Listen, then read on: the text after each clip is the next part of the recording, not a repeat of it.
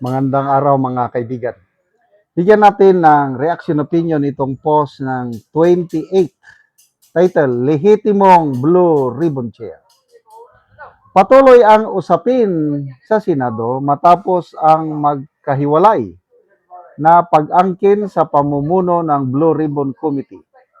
Sa gitna ng kontrobersya, parihong may mga taga-suporta, sina Senator Erwin Tulfo at Senator Pia Cayetano, na naniniwalang sila ang may lehitimong mandato sa committee.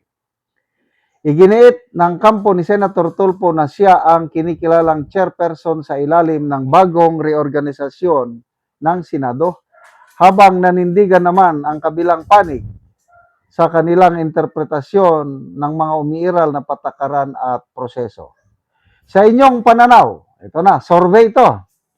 Sino ang may mas matibay na batayan sa usapin ng pamumuno sa Blue Ribbon Committee? Okay? Kung Senator Tulfo, survey ito mag-react ng love.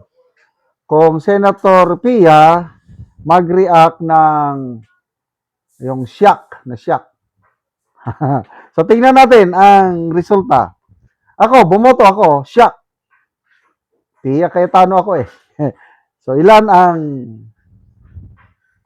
nag-shock, nag-love? 37,000 ang nag-react. 31,000 ang nag-shock. Ibig sabihin, Pia Cayetano, 4,800 lang ang nag-love. So ibig sabihin, mas marami. Ano ito? Nasa 90% ang bumoto na ang mas lehitimong Blue Ribbon Committee Chair ay si Senator Pia Cayetano. 10% lang ang namili kay Erwin Tulfo. Yan na po. Basa tayo ng mga comments. Number 1 dito, Louie Mirar. Kilala ko ito, senior officer ko, retired general. Sabi niya, Senator Pia Cayetano. Ano pa? Ibarra Crisostomo, Pia Cayetano, Blue Ribbon Committee Chairman. Si Erwin Tulfo, Blue Ribbon Committee. Susan Orhelio, si Pia, they were voted by 13 senators while Erwin is only 12. Agree ako niyan.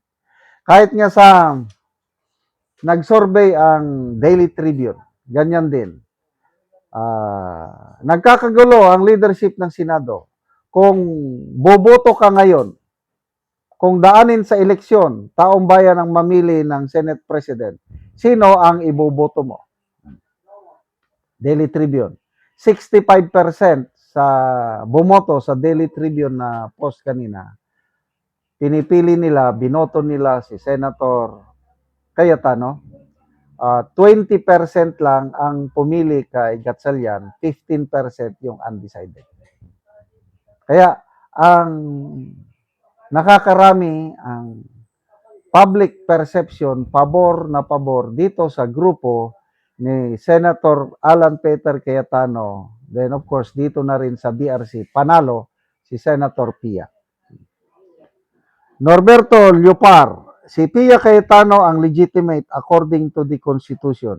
Constitution must be respected. Baby Pontanos, paano naging BRC chair ang sangkot sa malitagang na Ben De Lopa? Ay, nako. Humingi naman siya ng paumanhin. Bilib din ako kay Senator Erwin. Yung kanyang pagmumura ba yun o pangbabastos, yung kukwilyuhan daw niya ang mga senador na mag-conduct ng peke nga Blue Ribbon hearing. Kukwilyuhan. Tapos, sasampalin niya ang mga Senate employees na tumulong sa pag-conduct ng Blue Ribbon noong June 4. Binati ko siya ng todo. Hanggang humingi siya ng apology. Okay naman. Lang parang hindi na ugaling senador yung ganun. Magmumura ka sa interview. Pwede yun. bilang journalist, dyan sila sumikat, yung sobrang tapang. Nung hinamon siya ni Senator Badboy Robin Padilla, sabi niya, Sir, please lang isama mo ako na kwilyuhan. Huwag naman si SP Cayetano. Dahil hindi yan sanay sa bardagulan. Ako ang unahin mo. Kung matapang ka, hinayupak ka, unahin mo ako. Wala. Hindi siya nag-respond. Humingi ng apology. Ay, nako. Mayang Lumor. Yung isa, Blue Ribbon Comedy. Raymond Enres. Talo pa rin, tuplok kahit binaliktad na ang reaksyon. Oo nga, nagtaka ako, dapat yung reaction sana, love, like. Hindi nga. Eh di, tiyak kita ano ko, shock ako. Shock.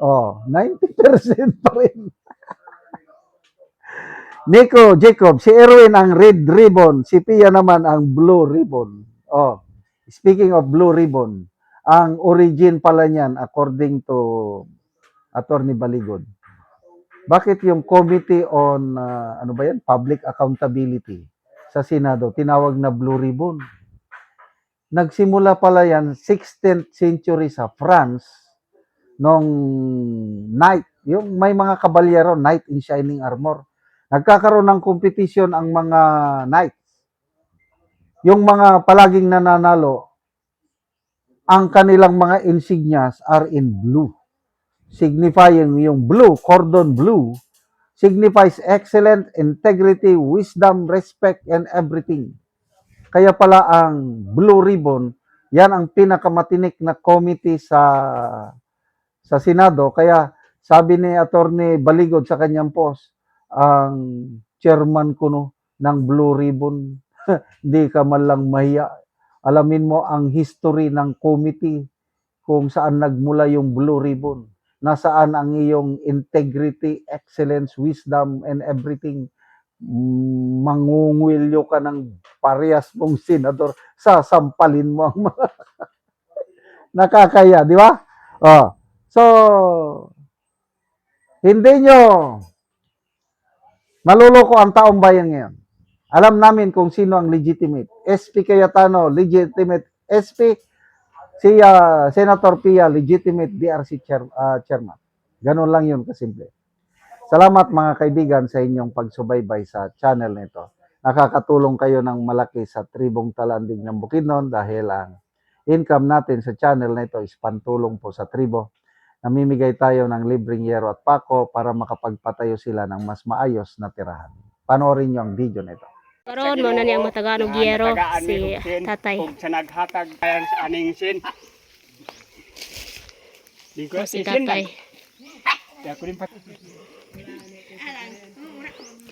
So mo ni ang balay ni tatay nga kawayan lang.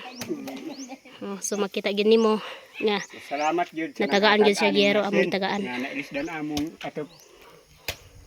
So si tatay mo ni ang kahimtang. Uy kayo kay kawayan lang tanan. Nataga. So mo na ang ilang abuhan. So mo nilang kahimtang. So mo pud ni ang diri sa ilang sala. So makita nimo nga ilang kahimtang. Galingan nga. So kawayan lang gyud. So looy gyud kay silang tatay kay kawayan lang. So mo na ilang sulod o sala. So na si nanay. So nanay, unsay imong masulti nga natagaan mo gyero? Ay, salamat gid sa Ginoo. Labaw sa naghatag kay siya ang taytayan sa among kaayuhan nga mabalhin gyud ang among payag.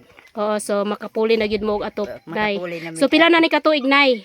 5 na. So 5 na katuig busa na inani na siya. So ang atop kawayan, so dingding pod kawayan. So namoy anak, nay? Na nangaminyo na duha. So nangaminyo na. So nangaminyo na ang inyong anak, nay. Pila imong edad? Say 71. O si tatay? 52. Okay. So si nanay, so sila. So ang ilang balay mo lang ni. So ang ilang mga anak nangaminyo na. So, unsa inyong panginabuhian tay, ug nay? Mag-umarang. So, mag-uuma lang mo. Oh. Tungod sa among kalisod, Kalisod, dili dili gyud bi makag-atop og sin. O, so, Kawayan ra gyud o among sige atop. tay, salamat po. Salamat Salamat gyud gyud sa sa Ginoo Ginoo. og sa naghatag. Okay, sige, salamat po.